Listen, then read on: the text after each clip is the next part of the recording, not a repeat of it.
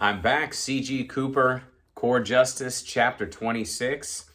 Here we go into some action. I hope you like this camera angle a little bit better than the last one. All right, Chapter 26, NON Safe House, Nashville, Tennessee. Dante, the boys are all set, and we have that van you wanted. West stared at the hulking messenger, one of the hired guns from New Orleans. He'd especially be glad to have this guy gone soon. West wasn't afraid of much, but being surrounded by a bunch of bouncers with guns, even vouched bouncers, made him antsy. All right, thanks, Dante said. Tell your boys that we'll be taking off as soon as it gets dark. I want everyone on the level. No drinking or drugs. Clear heads for this last thing. We ain't idiots, Dante. We'll be ready to go. West nodded and closed the door to his bedroom. As he looked around yet another dingy room, he dreamed of the day he could live in luxury once again. Just a few more hours. Just a few more hours. New section. Trent raised his full glass. I'm limiting myself to one of these. My ass is dragging. Cal raised his own salute. Thanks for all your help today, Top. We wouldn't have even had a chance to catch West if you hadn't tracked him down. Trent drained his glass and looked back at Cal. We'll get that guy, Cal. Let's all get a little shut-eye and we'll hit the streets again tonight.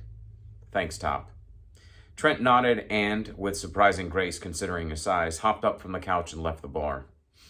Brian motioned to the bartender. Cal had told him the guy was a former Marine sergeant major who'd come on board after losing a leg in the First Gulf War and soon became one of Cal Sr.'s first hires. The bartender nodded back and walked around the bar with a half-full bottle of the famous grouse. He gave everyone in the group a healthy splash, finishing with Cal. Thanks, Sergeant Major. How's the new book coming? Slowly. Took me a while to get my rusty brain running again. Neil set me up with a laptop behind the bar so I can write while I work. Thanks again for that, Neil. Neil waved nonchalantly. Anything for my warriors, Sergeant Major. Andy and Brian looked on, intrigued. Andy spoke up first. What's the book about, Sergeant Major? It's a story about my time in the First Gulf War and how I lost my leg. If I can ask, how did you lose it? Andy asked. I was off doing some long-range recon for Cal's dad and ran into a bunch of bad guys. Me and my spotter were able to take out the guys, but not before one lucky son of a bitch lobbed the grenade our way. I'm lucky that I only lost my leg. Hurt something fierce when my spotter dragged me a couple clicks back to our evac point. So what made you write the story now? The bartender pointed to Cal. That young man right there. He came back from the sand pit, and after a few libations, he convinced me that someone would want to hear my story. As usual, the sergeant major is being modest, Cal said, leveling the other man with a look.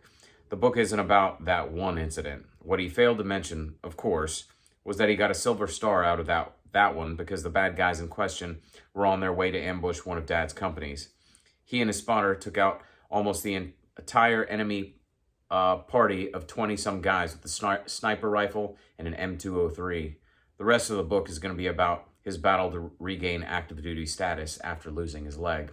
His fight to do that will really resonate with wounded guys coming back from war today. Amazing that we've had quite a few warriors lose a limb and go back to active duty. That's just absolutely amazing to me. Yeah, well, I guess that's where it finally got me. If the book can help even one disabled Marine, how could I say no? The Sergeant Major said. Brian slapped Cal on the back. It's good to know that I'm not the only one that doesn't seem to have the ability to say no to our fearless leader here. He takes that after his father that way, the bartender said. Never could say no to Colonel Stokes either. They must have some voodoo magic in their blood or something. Cal shook his head and responded to the obvious compliment. No, you've got it all wrong. I've just found that it's a lot easier to convince you guys to do things when you've had a couple of these. He raised his glass to demonstrate the proper sipping technique for the famous grouse. Well, be that as it may, I'm still glad you made me do it, Cal. I'll get you the rough draft in a couple weeks. You can tell me whether an old salty Marine with only a high school education can actually write. He turned back to the bar and resumed his duties as the group settled in to finish their drinks. Cal couldn't let that last comment pass. The good Sergeant Major is, of course, being modest again. What he fails to mention is not only did he regain his active duty status as a gunny, but he went on to be one of the first Marine first sergeants to serve with a line company with a prosthetic leg. He then went on to become a sergeant major while also finding time to earn 2 master's degrees and PT his battalion into the dirt. Don't let him fool you with that fake limp or high school education bit. He puts on his cheetah prosthesis, and he'll give Marathon Andy a run for his money. As the gathered crew discussed recent events, Cal's mind began to wander. He replayed the day's action over and over again. What could they have done differently? What if they'd kept following west and not called the cops? He finally filed it all away for future analysis, knowing that the team had done all that was possible without blowing their cover. It didn't matter. Cal was convinced that he'd somehow find West again very soon. New section. On the other side of town, West's crew was finalizing plans for that night's operation. No one knew the location except for Dante himself. He'd given clipped instructions to his hired muscle. Although he didn't think there would be much resistance, his recent failures necessitated extreme caution. Each man merely nodded as they listened to his orders. Before I go on to the new section and take a little sip here, I had completely forgotten about the Sergeant Major in his writing. I think back in the day, that was my way of saying anybody can write a book, and yet you never know what's under the hood.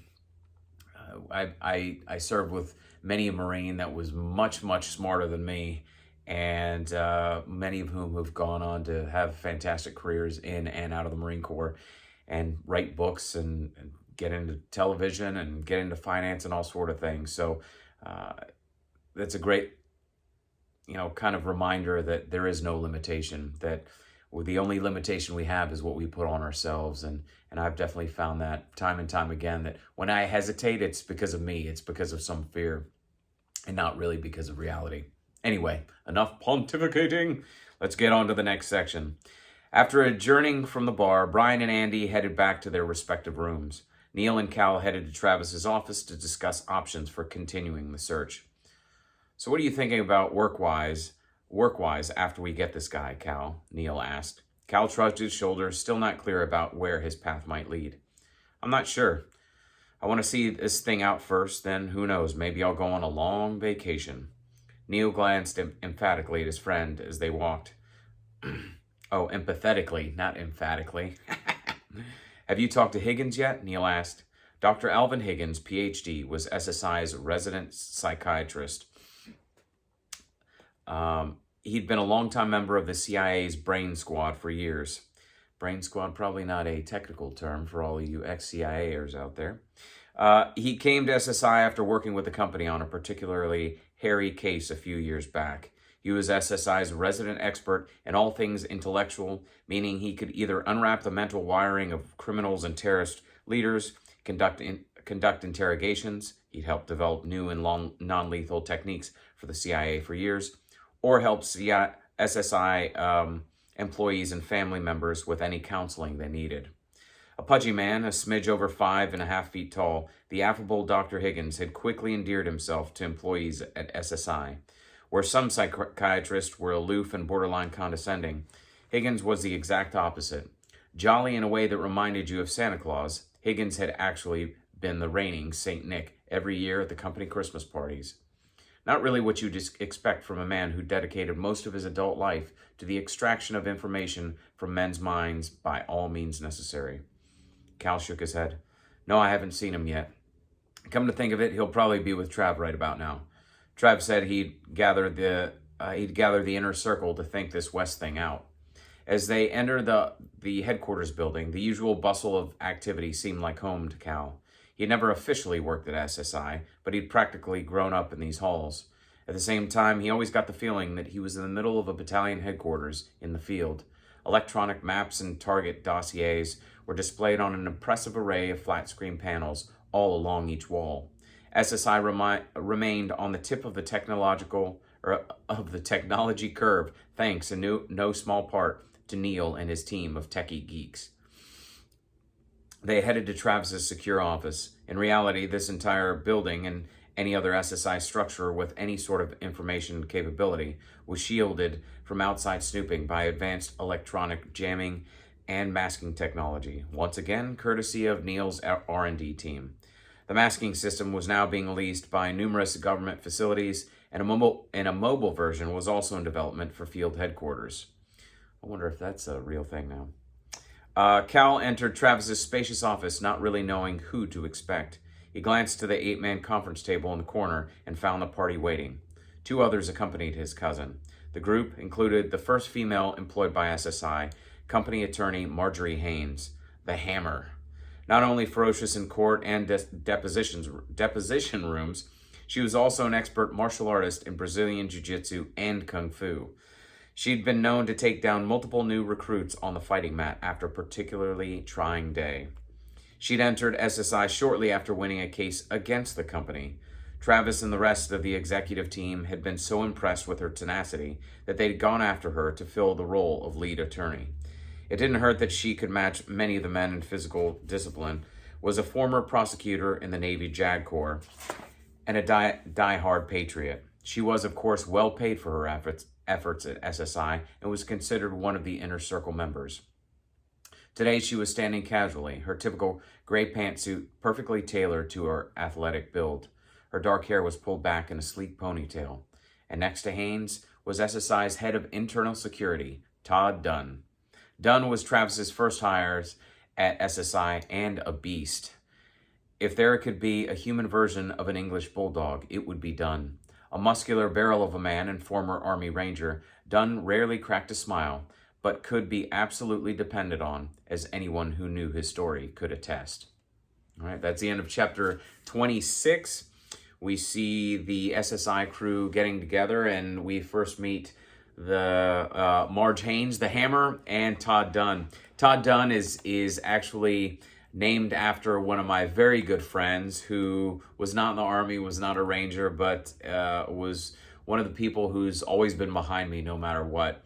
And Todd, this next chapter is for you, so hang tight.